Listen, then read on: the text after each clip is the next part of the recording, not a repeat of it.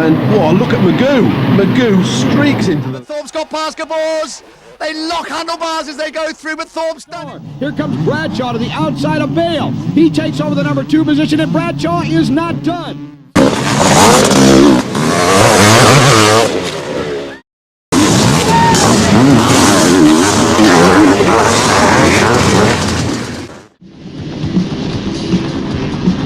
Going into turn 1, 32 guys in a very big hurry. Taking the hole shot at Suzuki's Burnworth, shadowed by the Honda Hurricane, number 12, Bob Hanna, and the Little Professor, David Bailey, number 11. We've got a wild one now. Number 33, Lyles, 29, Johnson, 11, Bailey, and 16, Burnworth are all in a position to win this moto. It's showtime. I mean, are we having fun yet? Johnson, number 29, has got first, Bailey second. Here comes Billy the Bullet Lyles, number 33, going inside on Bailey to take second. This is outrageous. Bailey returns the favor on the next corner. Smoking Lyles and Johnson. Bailey's got the lead. Wow, Bailey takes the double Magoo in one jump, lapping a back marker. He is Elgato, sayonara, a reaver. Bailey looks to his right to see who got a good start. Bailey's on the inside looking for the hole shot. But it's Johnson, number 29, in the lead, with Bailey right at his tailpipe.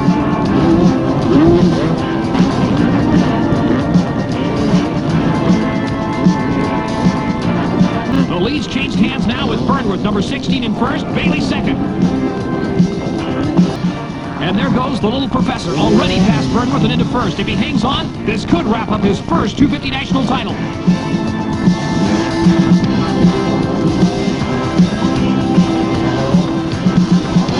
Bailey is supercharged. He knows what a win here could mean. He has just let it all hang out today.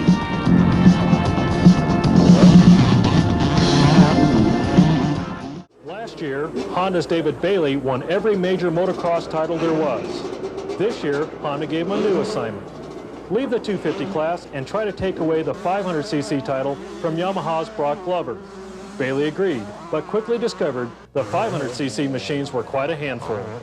On the 500, I'm just going to have to ride with a little more margin, I think, and not ride quite as close to the edge, because the 500 is a lot heavier, certainly a lot faster, and it'll throw you down. Bailey soon harnessed the power of his machine and put on a display of dominance not seen since the Hanna heydays. He not only won the first 5 nationals, but swept each of the motos in convincing fashion. It wasn't until the Mount Morris, Pennsylvania National in May that Glover won his first moto of the year. Bailey went on to clinch the title 4 races later.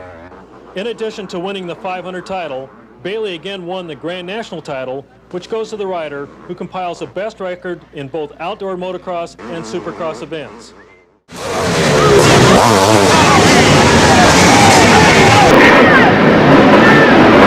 First laps, the feeling out process. Looking for lines on a racetrack. Glover is studying the lines that David Bailey is using.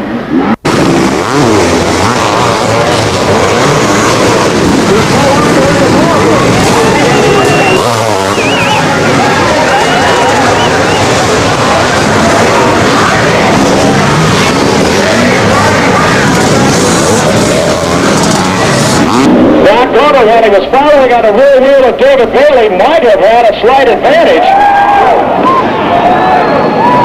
in that he was studying every move and every line that Bailey made. Now Bailey has pulled away from Glover, and that advantage is gone. Now Glover has to play catch-up. He's no longer in the ballgame. Seen him ride all year.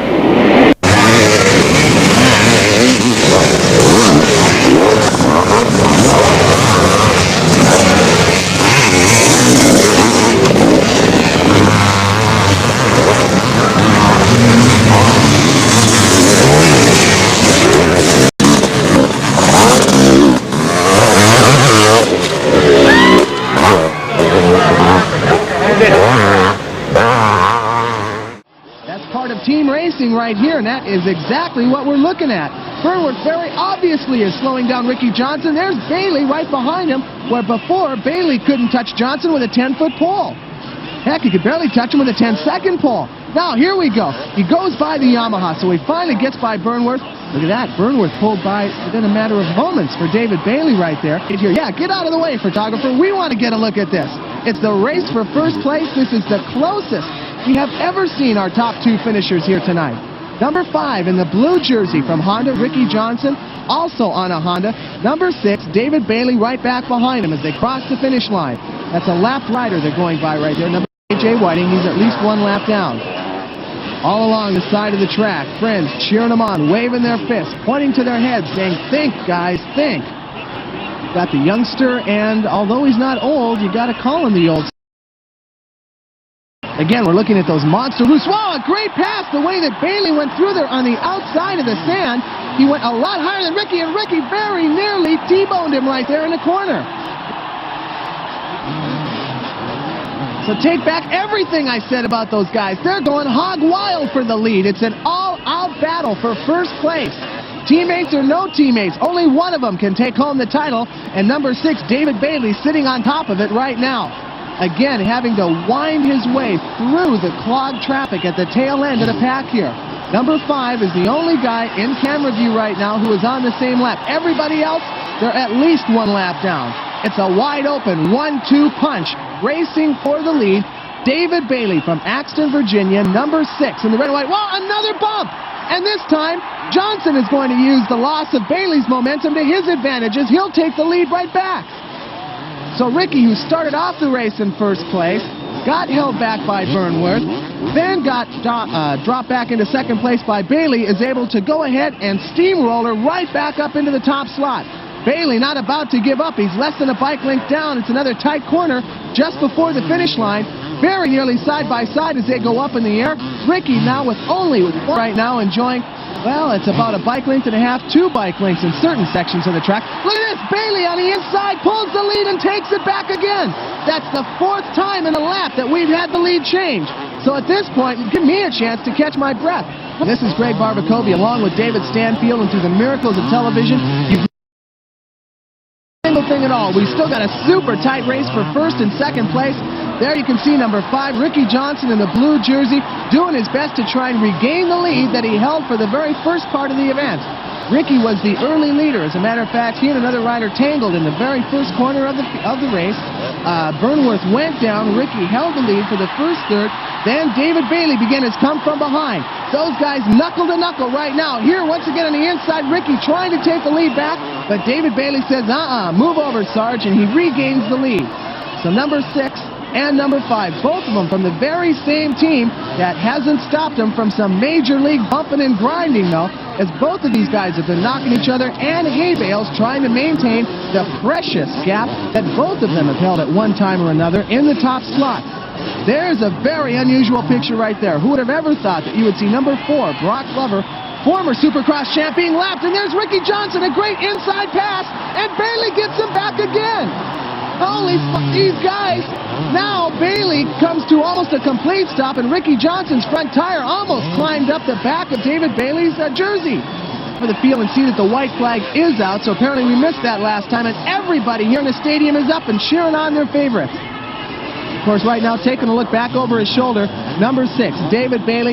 Boy, a long, hard-fought race for the rider coming all the way out here from Virginia, a former Supercross champion, and he's starting off the 1986 Nippon Denso Series with a blast right here. A come-from-behind blast, nonetheless. Little tough landing right there, as he's probably thinking more about the checkered flag than anything else. And here it comes, the white flag out, the checkered flag is what you see. Hundreds, like the 125s, enjoyed clear skies and a dry track in Moto number 1. Honda ace Rick Johnson did not, however, enjoy the start. He tangled with another rider and came out last.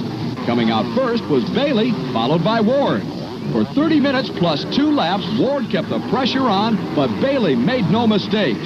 At the finish line, it was Bailey by a bike length over Ward, with Johnson finishing off the pace in 3rd. Conditions for the second 500 moto were not good at all. The 125 class had churned up the track and left it a mess. A mess that apparently was to Bailey's liking. He once again took the early lead, followed by Johnson and Ward. For several laps, Ward ate mud from Johnson's rear wheel. Then, with a slippery move, he made the pass for second. At the finish, it was Bailey with his second moto win of the day, followed by Ward and Johnson. David Bailey, number 6, went into Hollister with a 7-point advantage over number 5, Rick Johnson. At the end of moto number 1, the advantage was reduced to 4 as Johnson took the win. Bailey settled for the runner-up position. In the second moto, Bailey got the 4 points back. The Team Honda rider took the early lead and held it to the checkered flag. This time it was Johnson who finished second. The 125 and 500 titles will be decided at Washougal, Washington. Out of the center, I see another green bag and then all Yamaha. There's a Honda, slinking through in the number 2 position. I don't know who it belongs to. Rick Johnson, number 5. No, promise you. Hold on. Jeff Ward out in front, rider number 4. He's got the whole shot, followed by Rick Johnson. Let's correct that. It's David Bailey running in the number 2 position. David Bailey running in second. Johnson back in the number 6 spot. 1 week ago at Loretta Lynn. 1 week prior to that at Ponca City. And now in his first ever national, Jeff Stanton running in the number 3 position. Behind him, Ron Lacine, rider number 2. Supercross. 2 times the Grand National Champion of Motocross. And Bailey headed for another 500cc National Championship.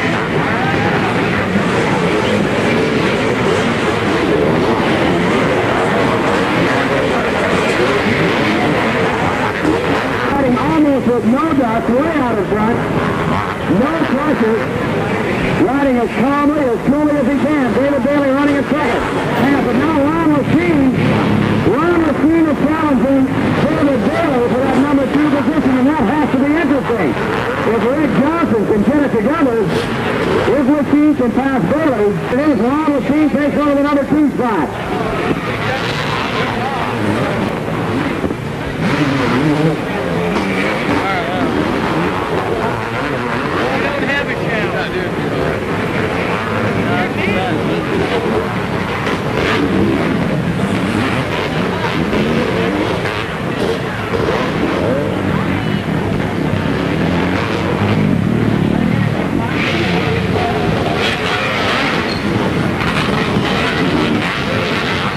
Champion. Here he comes, Jeff Ward, ladies and gentlemen.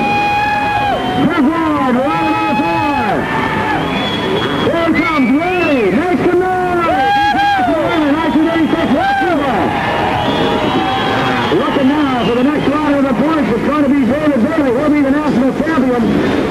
Don't go away. Here he is over the top of the tabletop. Starting.